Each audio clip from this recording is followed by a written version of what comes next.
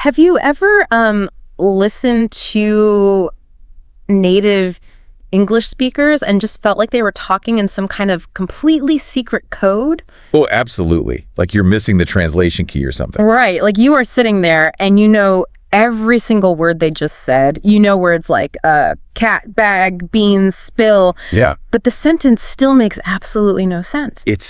It's honestly an incredibly isolating feeling. You know, you spend years studying the vocabulary, you master the complex grammar rules. That's the really painful ones. Exactly. And then you step into a meeting and someone tells you to, like, bite the bullet. Oh, man. Yeah. And you're just left staring at them wondering why on earth your project manager is suddenly suggesting you put ammunition in your mouth. Right. I remember the first time I realized how deeply weird our everyday language is. It really makes you question everything you thought you knew. It does. But if you have ever felt that way, you know you are in the exact right place.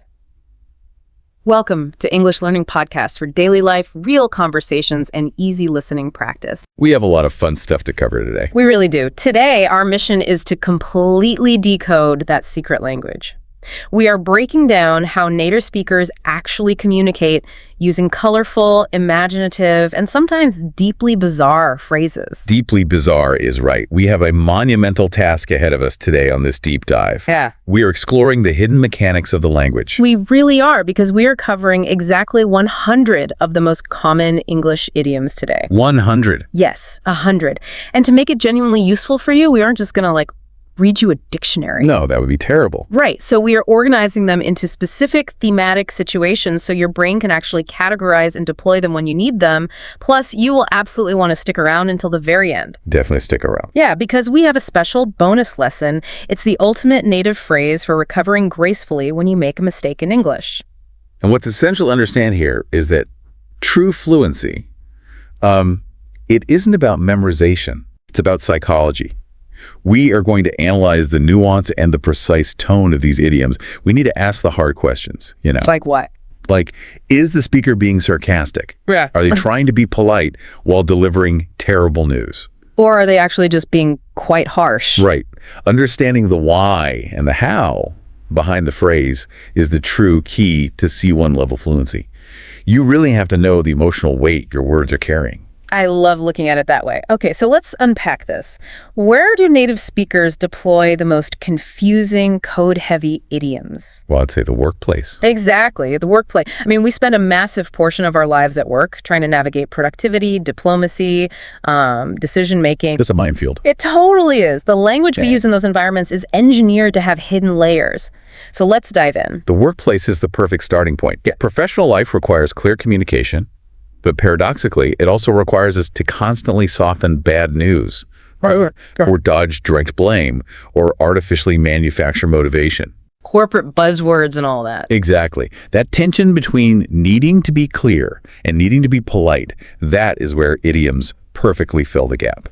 Let's start with a scenario we all know.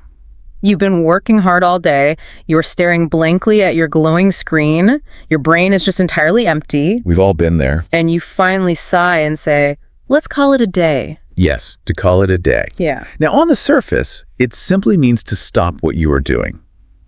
But let's look at the mechanics of why we use it. Okay. You don't say this when you're quitting a job, right?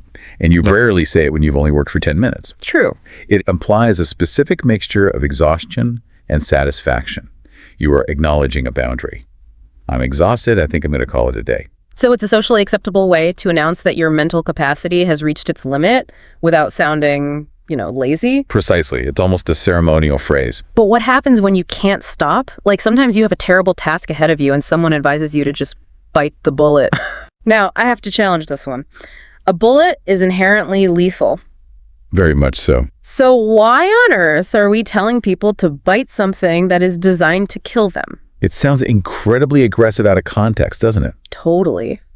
Well, to understand the why, we have to go back to 19th century battlefield medicine. Uh-oh. This sounds rough. It is. It is. Before the invention of modern anesthesia, if a soldier needed emergency surgery on the battlefield, the surgeons had absolutely nothing to numb the pain. Oh, no. So they would hand the soldier a soft lead bullet to physically bite down on. Wait, really? Just a literal bullet? A literal lead bullet. Yeah. Biting the metal prevented them from biting off their own tongue or screaming while they endured the immense pain. That is utterly terrifying. It's grim, yes. But it makes the metaphor so much richer, I guess. Exactly. So today, when we say biting the bullet, it obviously has nothing to do with physical danger. Right. It's about psychological bravery in the face of inevitable discomfort.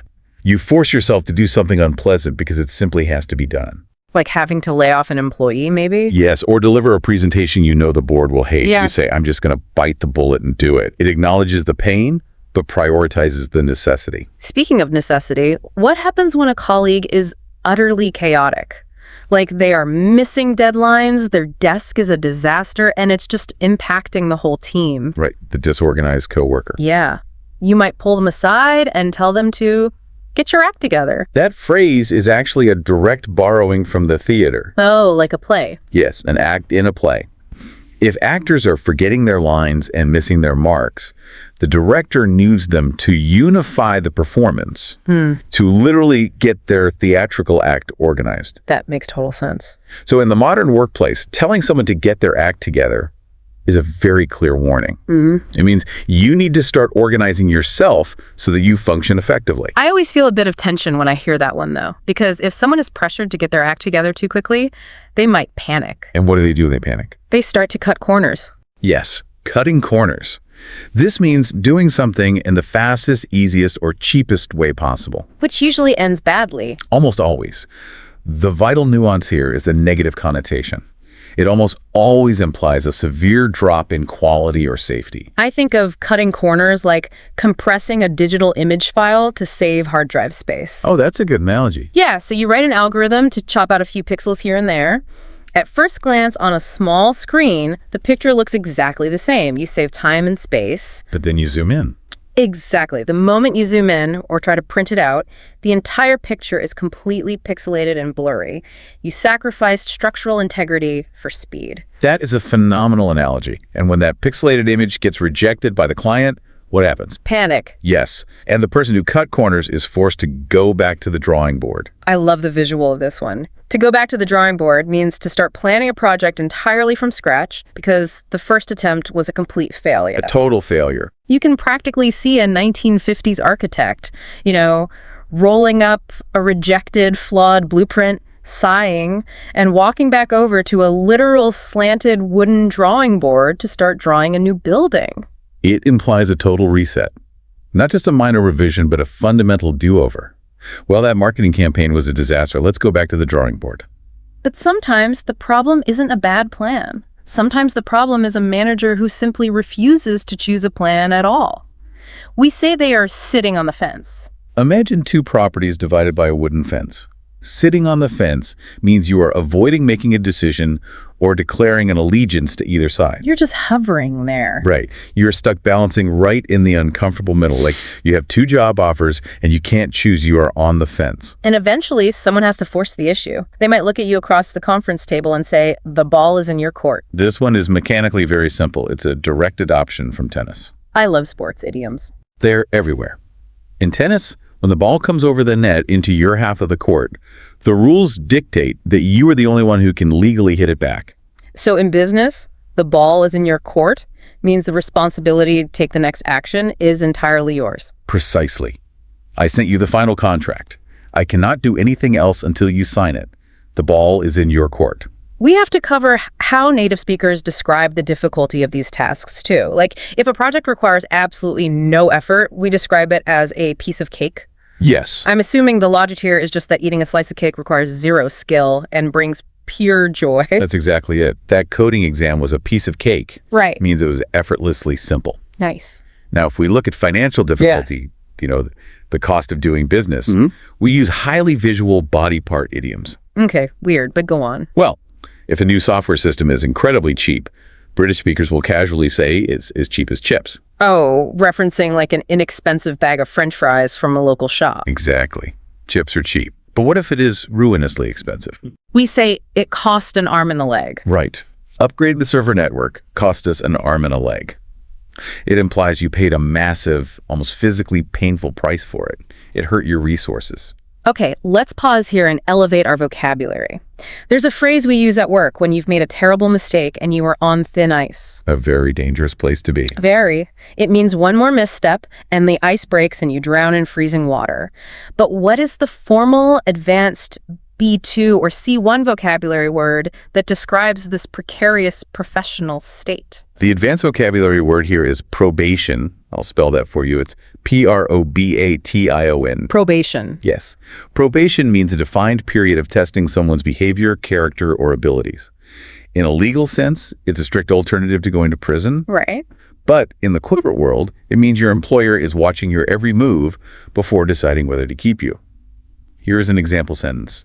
He is on probation at work after making a big mistake with the client's account. So if you are on probation, you are definitively on thin ice. Now let's bring these workplace idioms to life. We're going to do a quick role play of two colleagues wrapping up a grueling project. Listen to how the tone shifts and how these phrases act as a sort of social glue. Ready? I'm ready. Okay, you start. Honestly, I am absolutely exhausted staring at these financial spreadsheets. My eyes are crossing. I think it's time we call it a day. Agreed. I cannot process another decimal point. The ball is in your court for tomorrow's morning presentation to the board, though. Are you prepared? I am. I'm terrified of the CFO's questions, but I just need to bite the bullet, finish the final slides tonight, and face him tomorrow. End of role play. Notice how much narrative heavy lifting those idioms did. It's so much more natural. It is. Yeah. Instead of saying, I'm stopping work, you must do the next task, and I will endure the emotional discomfort, we painted a picture. Now, listener, it is your turn. Active practice time. Yes. Active vocal speaking is how you build mechanical confidence in a new language. We are going to do a speaking practice. I want you to pause and repeat this phrase aloud wherever you are. Pay attention to the plosive B sounds in bite and bullet. It requires a firm push of air that naturally makes you sound determined. Exactly. Ready? Repeat aloud after me. I'm going to bite the bullet. Yeah. Excellent. Keep practicing that fluid connection between the words. We've covered the mechanics of actually doing the work. But here's where it gets really interesting. What happens when the work stops, the doors close, and the office gossips start talking? That's next in section 2.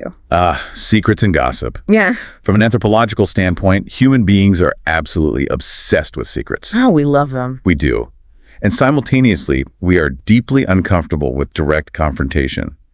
Idioms are the ultimate linguistic tool for both of these behaviors because they allow us to talk about sensitive subjects in code. Let's start with two of the most famous, yet often confused, idioms for revealing a secret. Let the cat out of the bag and spill the beans. These get mixed up all the time. They really do. A lot of textbooks list these as exact synonyms, but you mentioned earlier there's a very specific psychological nuance to how they're actually used. It all comes down to intention and tone.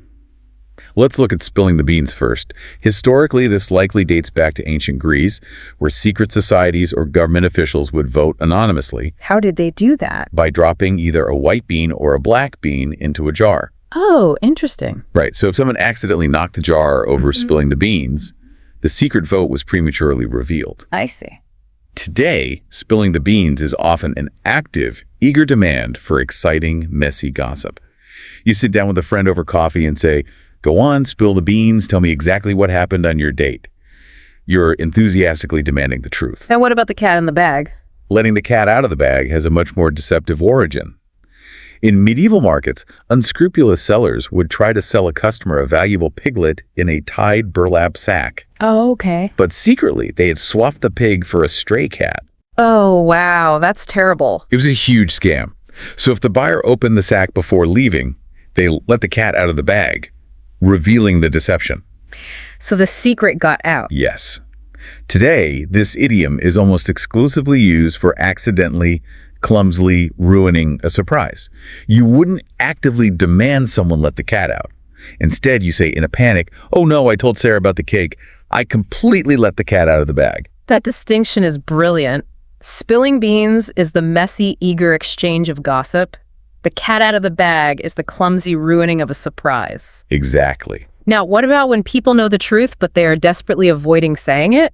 We say they beat around the bush. This goes back to bird hunting. More animals. Always animals. Yeah. Hunters would hire people to literally beat the bushes with sticks to scare the birds out into the open. Right. But you didn't want to hit the bush directly, or the birds would fly away too fast. You beat around the bush. That makes sense. In conversation, it means to avoid stating your actual point, usually because it's deeply uncomfortable. Instead of looking at an employee and saying, your design is terrible, you talk about the market trends, the color theory, the client's changing needs. You're just circling the problem. Exactly. You are beating around the bush. You are avoiding the core issue. And sometimes the thing you are avoiding is so massive, so glaringly obvious, it becomes the elephant in the room. Now, I have always loved this one, but where does it actually come from? Why an elephant? It's a study in cognitive dissonance. The origin is often traced back to an 1814 fable by the Russian writer Ivan Krylov. Oh, a fable! Yes. In the story, a man goes to a museum and spends hours closely examining all the tiny microscopic insects, but completely fails to notice a massive towering elephant in the exact same room. That's hilarious. It is. Today, an elephant in the room represents a massive, undeniable problem that everyone is acutely aware of, but everyone collectively pretends isn't there because discussing it is just too socially awkward. Like having a family dinner where everyone knows the parents are getting a divorce, but everyone is just politely complimenting the roast chicken. Precisely. It's impossible to ignore a multi-ton elephant sitting in your dining room, yet human psychology dictates that we try anyway. We need to address the elephant in the room. The company is bankrupt. So to finally fix that denial, you need someone to shed light on something. Yes. To shed light on something means to provide new information that clarifies a confusing situation. Think of a dark, cluttered basement. You can't see the problem until someone brings a flashlight down the stairs. You are literally bringing illumination to a subject. Right. The new financial audit really shed light on why we were losing money. I find that when people keep secrets or avoid the elephant for too long, they build up this toxic internal pressure. Eventually, they just need to get it out of their system. This is a deeply psychological idiom rooted in the concept of emotional purging. Sounds intense. It can be. To get something out of your system means to fulfill a strong desire or express a suppressed emotion so that you can finally be free of its distraction. It's the idea that an emotion is a physical substance trapped in your veins. Like poison. Exactly. You might go to a remote field and scream at the top of your lungs just to get the anger out of your system. Or, more mildly, you might eat an entire carton of ice cream just to get the craving out of your system so you can focus on your diet tomorrow. Also a very valid use of the phrase. Have you ever been doing exactly that? Maybe gossiping about a difficult coworker, getting the frustration out of your system, and then suddenly that exact person walks right into the break room? Awkward. So awkward. We invariably point and say, speak of the devil. Now tell me, is this secretly an insult? Are we calling our coworker a demon? That is a wonderful question because it reveals how language softens over centuries. Originally, it was a genuine, terrifying superstition. Speak of the devil, and he doth appear. Wow, so people believed that merely saying the word devil would actually summon him to your house. Yes, they were terrified of it. But over time, the fear faded and the phrase morphed. Today, the tone has completely flipped. It was almost always said affectionately or lightheartedly. Okay, good to know. If you were telling a story about your charming friend John, and John walks through the door, you smile warmly and say, speak of the devil. It is purely an acknowledgement of the uncanny timing of their arrival. It's not an insult at all. It's amazing how a phrase of terror became a friendly greeting. Now, if you are gossiping and you realize you've been talking for 20 minutes and really need to wrap it up, you might summarize by saying it in a nutshell or using the phrase to make a long story short. Both are brilliant conversational tools for compression. In a nutshell actually dates back thousands of years to the Roman writer Pliny the Elder. Really? That old? Yes. He claimed a copy of Homer's epic poem, The Iliad, was written in handwriting so tiny it could fit inside the shell of a walnut. That's a tiny shell. Exactly. So to put something in a nutshell means you're taking a giant complex story and fitting only the absolute core facts into a tiny container. In a nutshell, we missed the flight and lost our luggage. And to make a long story short, acts as a kind of conversational apology. How so? Well, it indicates to the listener, I realize I'm rambling, so I'm going to skip the boring details to give you the ending right now. Exactly. It's a courtesy. Yeah. Now, let's introduce our advanced BDC-1 vocabulary word for this section. Ooh, let's hear it. When people gossip, they don't always tell the truth, right? If someone is playfully telling you a lie as a joke, we say they are pulling your leg. But what is the formal academic word for this action? The word is deceive. deceive. To deceive means to deliberately cause someone to believe something that is not true, usually for personal gain or amusement. It involves intentional misrepresentation. While deceiving can be malicious, pulling someone's leg is usually harmless. Here is an example sentence. He tried to deceive me into thinking the exam was canceled, but I saw him laughing and knew he was just pulling my leg. Perfect definition. Let's put that eager gossip energy to work. Listener, it is your turn to speak. I want you to embody the role of someone who is desperate to hear a juicy secret. Use a high-energy, excited intonation for this pause and repeat. Yes. Imagine your best friend just returned from a mysterious weekend trip. Pause and repeat aloud after me.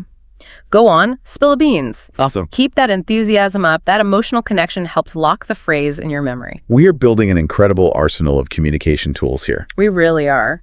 But as we transition out of secrets and gossip, we have to face a harsh reality.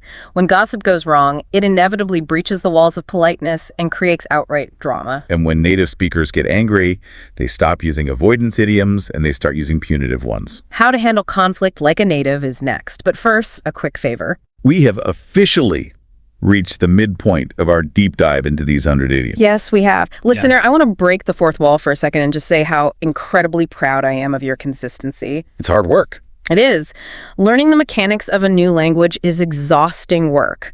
But you are showing up, you are aggressively practicing your listening comprehension, and you are building your vocal confidence. That is huge. Truly. If you are finding real, tangible value in this deep dive, please take 1 second to like, share, and subscribe. It tells the algorithm that you want more high-level content just like this, and it actively supports your learning journey by keeping you connected with our upcoming lessons. It truly makes a massive difference for the channel. Now, returning to our linguistic analysis, let's talk about actual conflict. How do English speakers express deep frustration or describe people who are actively causing them harm? Well, let's look at the compounding nature of bad luck. Sometimes bad things don't just happen once, they pile up. They absolutely do. Like, you get a flat tire on the highway, and while you are standing outside looking at it, a passing truck splashes you with mud. You might say, to make matters worse, I got splashed. Or you might say, it added insult to injury. Both very common. But I want to push back on this. Are those just interchangeable synonyms? Why do we use both? They describe similar sequential events, yes, but there is a profound distinction in the psychological tone. Right. To make matters worse is fundamentally about circumstantial bad luck compiling. Okay, so it's impersonal. Totally impersonal. You forgot your keys, and to make matters worse, it started snowing. The universe is just being annoying. But adding insult to injury feels targeted, personal, or emotionally damaging. It's right there in the words. An injury is physical damage. An insult is an attack on your dignity. Exactly. If you lose a race, that is the injury. But if the person who beat you then mocks your running shoes in front of a crowd, that is adding insult to injury. The physical or situational pain has been compounded by deliberate emotional humiliation. That makes perfect sense. Now, if that arrogant winner suddenly tripped and fell in the very next race and someone laughed at them, we would say they got a taste of their own medicine. This phrase is entirely about karmic justice. It means experiencing the exact same negative treatment that you have been inflicting on others. It's so satisfying when that happens. The tone here is almost always a deeply satisfying sense of vindication for the speaker. That internet troll finally had his own embarrassing photos leaked. He got a taste of his own medicine. It implies that the universe has balanced the scales and the person completely deserved it. Now, if you are furious with someone but you don't want to yell, you might give them the cold shoulder, which practically just means ignoring them. But why a shoulder? This one dates back to medieval hospitality. We're learning so much history today. It's all connected. When a welcome guest came to your home, you served them a hot, freshly roasted meal. But if an unwanted guest overstayed their welcome or someone you disliked arrived, the host would literally serve them a cold, tough shoulder of mutton from the previous day's leftover meat. Ew, cold mutton. Exactly. It was a subtle, passive-aggressive signal that they were not valued. Today, giving the cold shoulder means deliberately ignoring someone or showing them zero affection to communicate your displeasure. What if someone seems lovely for months, but then one day they scream at a waiter over a wrong order? We say they showed their true colors. This is a beautiful maritime idiom. In the era of tall sailing ships, pirates or enemy vessels would sometimes fly the flag the colors of a friendly nation. Oh, to trick them. Yes, to get close to a target without being attacked. But right before they opened fire, international naval law dictated they had to lower the fake flag and raise their actual flag, revealing their true identity. They show their true colors. That is wild. Right. So in human terms, it means dropping your polite societal mask and revealing your real, usually highly unpleasant, underlying personality. That betrayal is the worst. Almost as infuriating as when you achieve something incredible and someone else instantly diverts the attention to themselves. We call that stealing someone's thunder. I am obsessed with the history of this phrase because it is literally about stealing thunder. Literally. Literally. In 1704, an English playwright named John Dennis invented a new theatrical machine to simulate the booming sound of thunder for his play. Okay, clever guy. Very. But the play was a complete disaster and closed immediately. Oh, no. Yeah. But a few weeks later, he went to see a performance of Macbeth by a rival theater company, and he heard his exact thunder machine being used. You're kidding. They stole it. They stole it. He famously stood up in the audience and screamed, "They will not let my play run, but they steal my thunder." That is incredible. He was quite literally robbed of his thunder. And today, the metaphor perfectly encapsulates taking attention or praise away from someone else's accomplishment by outdoing them. Imagine you stand up at dinner to announce you just got engaged. And 5 seconds later, your cousin stands up and announces she is having twins. She just stole your thunder. She took the loud, moving attention that rightfully belonged to you. If someone constantly steals your thunder or constantly shows their true colors, your patience eventually runs out. You reach a breaking point known as the last straw. This comes from the ancient proverb, the straw that broke the camel's back. Right. Imagine a camel loaded with hundreds of pounds of goods. If you add one single weightless piece of dry straw to the pile, the accumulated weight finally snaps the animal's spine. Because it was already at its absolute limit. Exactly. In human conflict, the last straw is the final, often incredibly minor, unpleasant event in a long sequence of frustrations that causes you to finally quit, explode in anger, or end a relationship. My roommate is always messy, but when he left his dirty socks on my pillow, that was the last straw. I'm moving out. Yes. You simply cannot carry the accumulated weight of the disrespect anymore. It's that tiny drop that overflows the glass. In these volatile, tense situations, someone will usually pull you aside and advise you not to rock the boat. This requires visualizing a small, unstable rowboat out on the water. Rocking the boat means to do or say something that will cause a disturbance, upset the status quo, or agitate people. Because if you move around too much by asking difficult questions or demanding changes, you will flip the boat over and everyone will end up in the water. Which puts you right back on thin ice. Let's act out this conflict vocabulary. We're going to do a role play of a daily conversation between two friends dealing with some serious interpersonal drama. Listen for how these idioms compress complex emotional grievances into sharp, vivid imagery. Ready? Ready? Okay. I still cannot believe Sarah announced her massive promotion right in the middle of your birthday dinner toast. I know, she completely stole my thunder. I've been giving her the cold shoulder ever since she did it. I don't blame you at all. That was beyond rude. Honestly, it was the last straw for me. She has finally shown her true colors, and I am entirely done trying to keep the peace. Well, don't rock the boat too much while we're still working on the same team, but she absolutely deserves a taste of her own medicine. End of role play. Hi, drama. Notice how stole my thunder communicates so much more than just, she took my attention. Listener, let's practice the vocal tone of delivering a serious warning. Pause and repeat this phrase. Lower your pitch slightly to sound authoritative. Ready? Don't rock the boat. Perfect. You sounded like a true diplomat. So we have successfully navigated the treacherous waters of secrets, gossip, and outright conflict. Which begs the question, what does this all mean for the good times? We've survived the drama, so it is crucial that we shift our perspective. English isn't just about complaining. Thank goodness for that. Right. Up next, we are talking about silver linings, perseverance, and massive success. It is vital to master this shift to positivity. Life requires immense, sustained effort, and the English language has generated incredibly vivid, optimistic imagery to describe the process of pushing through hardships to finally achieve victory. Let's start with one of the most beautiful concepts in the language, a blessing in disguise. The brilliance of this phrase is how it completely reframes misfortune. A blessing in disguise is a genuinely bad event that eventually, usually much later, turns out to have been the exact catalyst for a wonderful outcome. It's like retroactive luck. You get fired from your boring corporate job, which feels devastating. You are depressed for weeks. Understandably. But because you were fired, you finally had the free time to start your own baking business, which makes you incredibly wealthy and happy. The firing was wearing a terrible, scary mask, a disguise, but underneath, it was actually a blessing. Exactly. It requires the passage of time to reveal the disguise, very functionally similar to the phrase, every cloud has a silver lining. This one is pure atmospheric optics, isn't it? It is. When a dark, ominous storm cloud passes directly in front of the sun, the cloud blocks the light and brings rain. But if you look at the absolute edges of the cloud, the black sunlight illuminates the perimeter, making it glow with a bright silver light. So poetic. It is a visual reminder that inside every dark, negative situation, there is a glowing edge of positivity if you choose to look for it.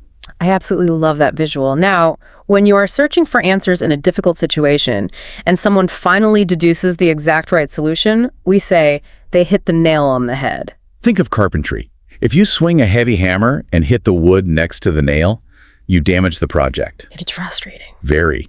If you hit the nail at an angle, it bends and ruins the joint. But if you swing the hammer and strike the tiny flat head of the nail with perfect dead center precision, the nail drives straight into the wood. It is immensely satisfying. So in conversation, you've hit the nail on the head means your assessment of a situation is flawlessly, perfectly accurate. Spot on. And when all your hard work finally pays off, you might achieve the best of both worlds. This describes the rare phenomenon of enjoying two entirely different, often opposing advantages at the exact same time without having to compromise. Like what? Like working a high-paying tech job in a bustling city, but being allowed to work remotely from a quiet cabin in the woods.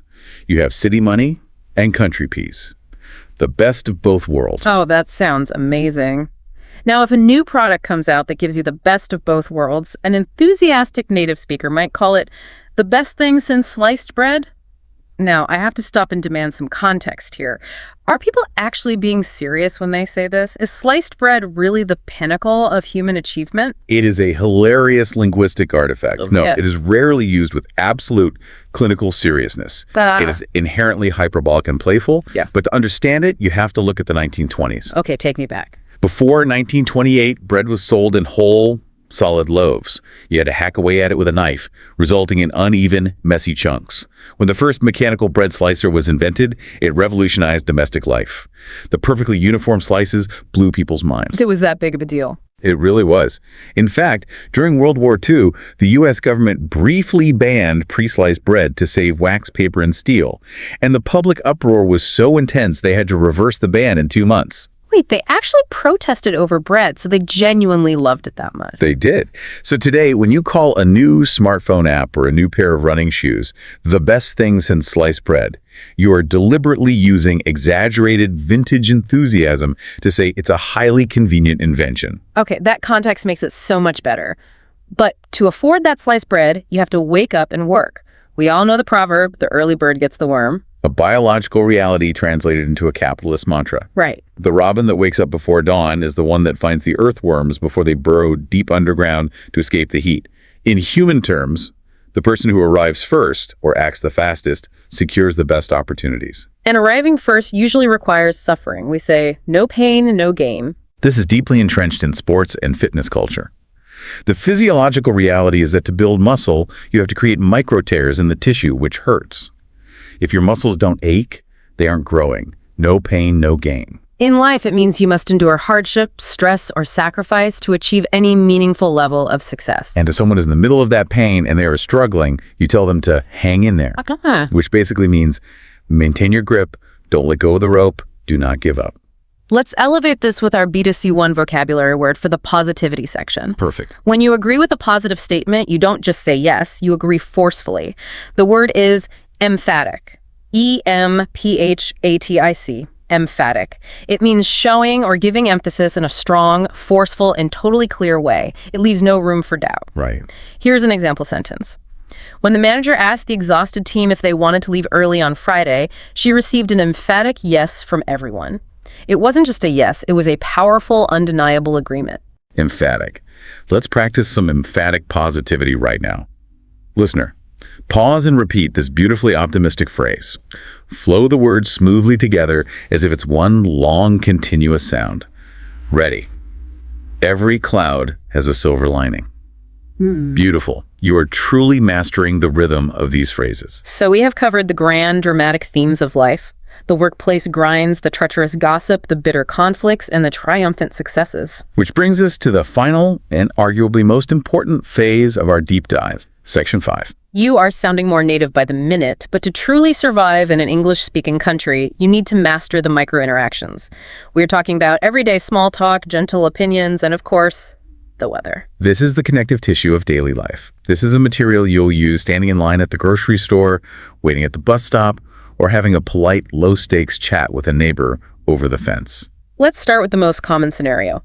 How you feel physically. If you wake up with a mild headache and a runny nose, you don't usually describe your mucus production to a stranger. Please don't. Yeah, nobody wants to hear that. You just politely say you are feeling under the weather. Why do we say this? It is such a vital social lubricant, and it originates from maritime history again. More ships. More ships. On old sailing ships, if a sailor became violently seasick during a storm, the captain would send them below deck, away from the harsh wind and rain. They were literally sent down under the weather bow of the ship to recover. That's so logical. It is. Today, under the weather means slightly unwell or low in spirits. It's an incredibly polite, dignified way to announce you are sick without burdening the listener with gross medical details. I won't be coming to the dinner party tonight. I'm feeling a bit under the weather. It's respectful, boundary setting, and universally understood. That is fascinating. Now, what if you are making small talk and someone says an opinion you emphatically agree with? You might reply, "You can say that again." Now, we have to warn our learners, there is a very funny, potentially awkward cultural trap here, isn't there? There absolutely is, and it catches non-native speakers all the time. You could say that again is a colloquial phrase of emphatic agreement. It means what you just said is incredibly accurate. But the trap is this. If someone says this to you, you must never actually repeat what you just said. It's totally paradoxical. It is. If I say to you, "Wow, the traffic on the highway was terrible today," and you passionately reply, "You can say that again." If I take you literally and repeat, "The traffic on the highway was terrible today," the conversation instantly grinds to an awkward halt. You just stare at each other. Exactly. It is not a literal command to repeat your sentence. It simply means, I agree with you so deeply that your words bear repeating by anyone. You just nod and move on. I love the unwritten rules of language. Speaking of unwritten rules, not one's cup of tea is another deeply cultural one that governs how we express dislike. This is phenomenally British, and it is a masterclass in polite rejection. English speakers, particularly the British, historically avoid blunt, confrontational refusals. Right, they don't want to just say no. Exactly. So if you dislike something, instead of saying, "I hate that," you soften the blow by comparing it to their beloved national beverage. "Line dancing really isn't my cup of tea," or "horror movies aren't his cup of tea." It makes the rejection sound gentle, highly subjective, and utterly unthreatening. It implies, this is fine for someone else, it's just not the flavor I prefer. What about describing frequency? Like if you do something but only very, very rarely, like cleaning behind the refrigerator? You do it once in a blue moon.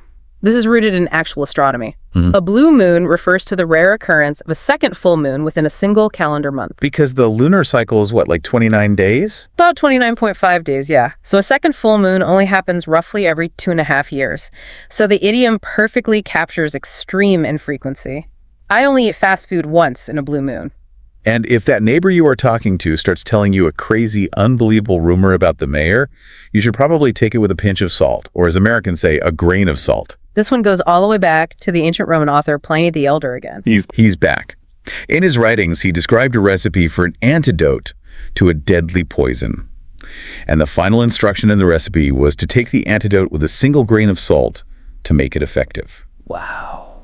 Over millennia, the phrase evolved to mean viewing information with skepticism. You swallow the questionable information, but you take a pinch of metaphorical salt with it to protect yourself from the poison of being lied to. It means, do not take this claim entirely seriously. This is the absolute perfect time to put these into practice. We are going to do a small talk role play entirely focused on the weather and mild complaints. This is crucial for your daily interactions. Listen to how we use these phrases naturally to build rapport without being overly intense. Ready. I'm ready. Ugh, the weather has been absolutely terrible lately. It feels like it hasn't stopped raining all week. You can say that again. I'm so tired of the gray skies. All this rain is really making me feel a bit under the weather. Same here. Endless winter is definitely not my cup of tea. I need some sunshine. Well, the evening forecast says we might get a break and see some sun on Sunday. But honestly, I take the weather report with a massive pinch of salt. End of role play. Brilliant. Notice how the idioms made a boring conversation about rain feel colorful and engaging. Listener, pause and repeat this phrase. I want you to give me your absolute best, most emphatic agreement intonation. Nod your head while you say it. Ready? You can say that again. Right. Nailed it. You are officially ready to navigate a bus stop in London or a grocery store in New York. We have journeyed through the battlefields of the workplace, the whispering shadows of gossip, the thunderous clashes of conflict, the mountaintops of success, and the quiet gardens of daily small talk. It is time. We promised you a bonus lesson at the end of this deep dive, and here's your reward for sticking with us. Here's the ultimate phrase for when you make a mistake in English, when you fail an interview, when you use the wrong word, or when you just generally mess up in life. We all do it. We do. When it happens, you don't need to panic. Just smile, shrug your shoulders, and say, you live and you learn. You live and you learn. It is, without a doubt, one of the most graceful idioms in the English language. It really is. It instantly projects a massive amount of native-level emotional intelligence. Instead of apologizing profusely, getting deeply embarrassed, or making excuses, you are calmly acknowledging a universal human truth. We all make mistakes, and those mistakes are the precise mechanism by which we gain wisdom. Exactly. I know I completely failed that presentation, but hey, you live and you learn. It instantly removes the awkward tension from the room. It shows you are resilient, and it signals to everyone that you are moving forward. I love that so much. It takes all the crushing pressure off of being perfect. Now let's lock in today's knowledge with a rapid-fire quick review of 3 absolute key items taught today. First, spill beans. This means eagerly giving away a secret or demanding messy gossip derived from ancient Greek voting jars. Right. Second, piece of cake. This means the task is effortlessly easy because eating cake requires 0 skill. Deliciously easy. And third, under the weather.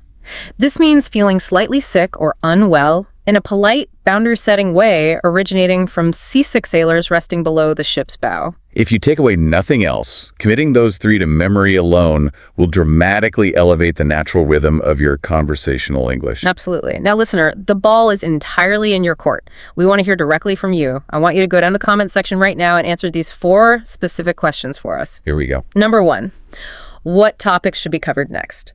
What new word did you learn today? What idiom did you learn today? And number 4, to prove that you made it all the way to the end of this marathon deep dive, I want you to write the exact words, I am consistent, in the comments. Anyone who makes it through an analysis of this depth has earned a serious badge of honor. It proves real dedication to fluency. It really does. Remember to hit that like button, share this with a fellow language learner, and subscribe to keep building your skills with us. We have many more deep dives available on the channel designed specifically for your listening practice.